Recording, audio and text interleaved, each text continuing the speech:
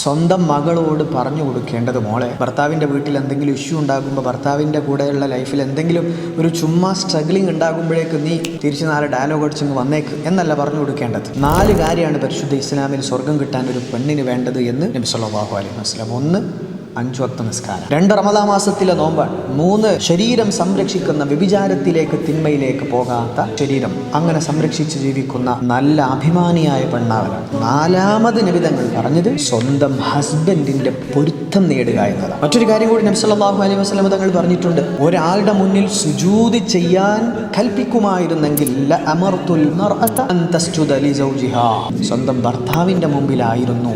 ഈ 2 കൺസെപ്റ്റുകളാണ് ഉപ്പ മോളോട് പറഞ്ഞു കൊടുക്കേണ്ടത്. സ്ട്രഗ്ലിംഗ് ഉണ്ടാവും, സങ്കടങ്ങൾ ഉണ്ടാകും, അവിടെയൊക്കെ ക്ഷമ കൈക്കൊണ്ട്, വാശി ഉപേക്ഷിച്ചുകൊണ്ട് ഭർത്താവിന് 1ാം സ്ഥാനം നൽകുന്ന ജീവിതമാണെങ്കിൽ സന്തോഷകരമായിട്ടുള്ള ഒരു എൻഡിലേക്ക് നമ്മുടെ ജീവിതം എത്തും.